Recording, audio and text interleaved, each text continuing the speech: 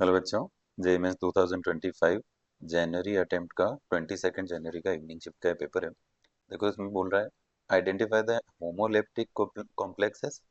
पहला तो होमोलेप्टिक बताना है, ये पॉइंट है, और दूसरा लो स्पिन बताना है। मैं आपको दोनों समझा देता हूँ। होमोलेप्टिक का मतलब होता है जिसमें सारे लिगेंड एक जैसे हो। यहाँ देखो, आयरन के साथ 5 साइनाइड है और एक NO है, तो ये दो अलग अलग टाइप के लिगेंड हो गए, राइट। इसका मतलब ये हेट्रोलेप्टिक है। होमो मतलब सेम। तो यहाँ देखते हैं, 6 फ्लोरीन है तो ये होमोलेप्टिक है। इधर आते हैं तो 6 साइनाइड है तो ये होमोलेप्टिक है। इधर 6 NH3 है, that is also homoleptic, and 6 H2O, further it is homoleptic, right. इसका मतलब फर्स्ट तो इग्नोर करो, सेकेंड से चलते हैं। बाकी ई तक हमको चेक करना है, उसमें पता करना है लो स्पिन, राइट। अब देखो मैं आपको सिंपल से ट्रिक बताता हूँ। अगर लिगेंड हमें जो दिख रहे हैं वहां पे, वो है कैसे, देखो ये हमारा जनवरी 2025 का इवनिंग शिफ्ट का पेपर का क्वेश्चन है ये, ठीक है, केमिस्ट्री का। अब इसमें देखो ये बोल रहा है कि ये चैप्टर है कोऑर्डिनेशन केमिस्ट्री, 12th में आता है ये। अब ये बोल रहा है कि अगर स्ट्रॉन्ग फील्ड लिगेंड होता है, राइट, स्ट्रॉन्ग फील्ड लिगेंड होगा तो इलेक्ट्रॉन्स की पेयरिंग हो जाएगी। अगर इलेक्ट्रॉन्स की पेयरिंग हो जाएगी तो क्या होगा बताओ, लिगेंड जो जो कॉम्प्लेक्स जो है वो आपका, वो रह जाएगा लो स्पिन। इसका मतलब हमें जो अभी ढूंढना है, वो सिर्फ इतना ढूंढना है कि स्ट्रॉन्ग फील्ड लिगेंड कौन है। अब आप यहाँ पे वीक फील्ड लिगेंड के केस में अगर देखें तो पेयरिंग नहीं होगी। अगर पेयरिंग नहीं होगी तो हम बोलेंगे कि वो, पेयरिंग नहीं होगी तो हम क्या बोलेंगे कि वो हाई स्पिन कॉम्प्लेक्स है।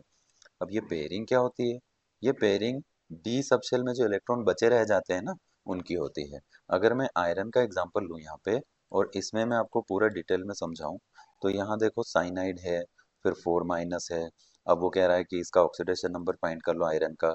तो ये होता है क्या, एक्स, अभी हमें नहीं पता। कितना साइनाइड पर 1- होता है, कितने साइनाइड है 6, इक्वल टू में -4 लिखेंगे, क्यों, क्योंकि जो भी ऊपर चार्ज लगा होता है वो इक्वल के बाहर जाता है। अब यहाँ से आप समझ पा रहे होंगे कि x की वैल्यू आ गई कितनी, +2। तो अगर आयरन का ऑक्सीडेशन नंबर +2 यहाँ आता है, तो आप इसका लास्ट शेल ही देख लो। आयरन का एटॉमिक नंबर 26 होता है, लास्ट शेल होता है 3d6 4s2। इसमें से 2 इलेक्ट्रॉन चले गए तो डी में कितने इलेक्ट्रॉन बचे, 6। अब डी के जो 6 इलेक्ट्रॉन है ना, उनको 5 ऑर्बिटल में रखना है। बट पॉइंट ये है, हाँ, उनमें दो अलग अलग पार्टीशन हो जाता है, इसको बोलते हैं स्प्लिटिंग।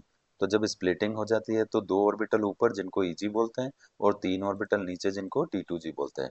अब अगर इसके साथ जो लिगेंड है साइनाइड, ये स्ट्रॉन्ग फील्ड है, तो ये 6 के 6 इलेक्ट्रॉन यहीं आ जाएंगे। तो सारा पेयरिंग हो गई, इसका मतलब ये लो स्पिन में आएगा।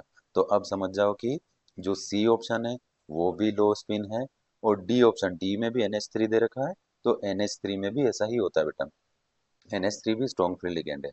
तो H2O वीक फील्ड लिगेंड है। इस वजह से सी और डी ऐसा ऑप्शन है जिसमें कि, हाँ, फ्लोरीन भी, जो सेकंड ऑप्शन है ना, फ्लोरीन भी वीक फील्ड है। और आपको नहीं समझ आ रहा हो तो इससे देख लो, देखो ये वाला एक ट्रिक होता है, iodine, bromine, HCN, chlorine, sulphur,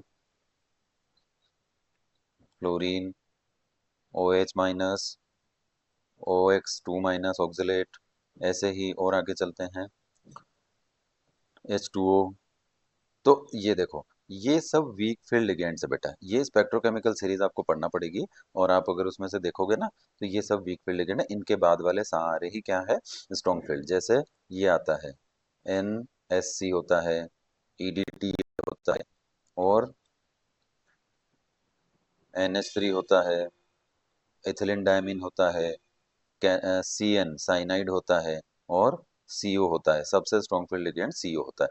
तो देखो मैंने पूरी सीरीज ही समझा दी आपको स्पेक्ट्रोकेमिकल। इसमें देख करके आप आराम से पता कर सकते हैं कि कौन स्ट्रॉन्ग फील्ड है और कौन वीक फील्ड है। तो हमारा जो आंसर आएगा वो कौन सा आ जाएगा, C and D only, right, third option. Thank you.